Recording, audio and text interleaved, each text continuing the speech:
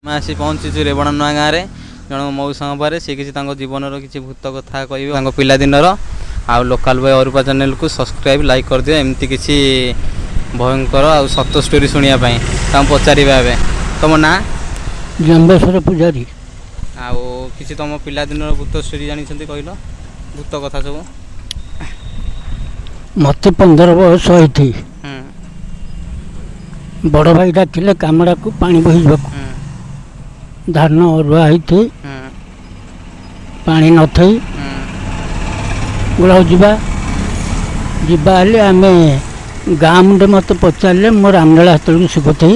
ରାମନୀଳା ଶିଖୁଥାନ୍ତି? ହଁ, ତାପରେ ମୁଁ ରାମନୀଳା ଘରକୁ ଯାଉଛି, ମୋତେ ସେଇଠି ଭାଇ ଡାକିକି ପଚାରିଲେ, ଆରେ ଜମ୍ଭୁଆ କୁଆଡ଼େ ଯାଉଛୁ? ମୁଁ ଯାଉଛି ଆଖଡ଼ା ଘରକୁ। ନା ଆଜି ପାଣି ବୋହିଯିବା। କେଉଁଠିକି? ସେଠି କାମଡ଼ା ଗୋଟେ ମଉଜା, ଆମର ବଡ଼ ମଉଜା। କାମଡ଼ା କହିଲେ ତମର ଗୋଟେ ବିଲ, ଚାଷ ବିଲ? ଚାଷ ବିଲ, ତା ନାଁ ହେଉଛି ବିଲୁଆଗାଡ଼। ବିଲୁଆଗାଡ଼ ମାନେ ତା ପଟେ ତାଳ ଗଛ, ମାନେ ସମୁଦ୍ର ଦାଢ଼ ତ, ତାଳ ଗଛ, ଝାଉଁ ଗଛ, ଲକାମ ଗଛ ଏସବୁ ଜଙ୍ଗଲ ଥାଇ ସେ ଜଙ୍ଗଲ ଦାଢ଼ରେ ଆମର ବିଲ। ଆମେ ରାତିରେ ମୁଁ ଆଖଡ଼ାରୁ ଗଲାବେଳକୁ 7ଟା ରାତି, ସେଇଠି ଆମେ କଥାବାର୍ତ୍ତା ହେଲୁ, ଗଲୁ। ତାପରେ ରାତି 12ଟାରେ ଘରକୁ ଆସିଲି। 12ଟାରେ ଘରକୁ ଆସିଲି, ଖାଇକିରି ଶୋଇଲି। ଶୋଇକିରି ରାତି 2ଟା ହେଇଛି କି 2:30 ହେବ, ମୋତେ ଡାକିଲେ।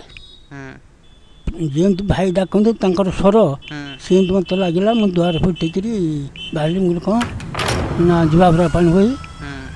ମୁଁ ଦାଣ୍ଡ ଦୁଆର ଫିଟିକିରି ମୋ ଦୁଆରେ ଠିଆ ହେଇଛି, ଭାଇ ଠିଆ ହେଇଛି ସଡ଼କ ମଝିରେ। ମୁଁ କ'ଣ 2ଟା ରାତି ହେଇଛି, ନା ନଗଲେ କେମିତି ହେବ, ଦୂର ବାଟ, ପାଣି ବହୁତ ବାଟ ବୁହାକୁ ପଡ଼ିବ। ମୁଁ କହିଲି ହଉ ଚାଲ ହେଲି। ମୁଁ ଗାମୁଛାଟା ଧଇଲି, ଠେଙ୍ଗାଟାକୁ ଧଇଲି। ମୁଁ ଆସିକି ଦେଖିଲା ବେଳକୁ ଭାଇ ନାହାନ୍ତି ସେଠି। ମୁଁ କି କୁଆଡ଼େ ଗଲେ ଭାଇ ନା ବୋଲି ଖଣ୍ଡେ ବାଟି ମୋତେ ବାହାରି ଆଗରୁ ଭାଇ ପଳେଇଛନ୍ତି ଆଗକୁ। ମୁଁ ସେଠି କହିଲି ଭାଇ ତ ପାଟି ଦେଲେଣି। ମୁଁ ସବୁ ତାଙ୍କ ପଛେ ଗଲି। ଯେତେବେଳେ ଆମର ଗାଁ ଗୋଟେ ପୋଖରୀ ଅଛି, ସେ ପୋଖରୀ ହେଲା ବେଳକୁ ସେ ପୋଖରୀ ଆରପଟୁ ଗଲିଣି ହେରି। ଭାଇ ମୁଁ ଯେତେ ତ ବସିକିରି ଯାଉଛି, ମୁଁ ତାକୁ ଆଉ ମିଶି ପାରୁନି, ଆଉ ପାଖକୁ ଯାଇପାରୁନି। ଆଉ ଏମିତି ହେଇ ଖଣ୍ଡେ ବାଟ ଯିବାରେ ବୋଲି କ'ଣ ଭାଇ ତ ଠିଆ ହୁଅନ୍ତେ, ଆମେ ସାଙ୍ଗ ହେଇକି ଯାଆନ୍ତୁ। ରାତି 2ଟା, ଇଏ କ'ଣ ଆଗେ ପଳାଉନ୍ତି, ମୋତେ ଭୟ ଲାଗୁଛି, କ'ଣ କରିବି?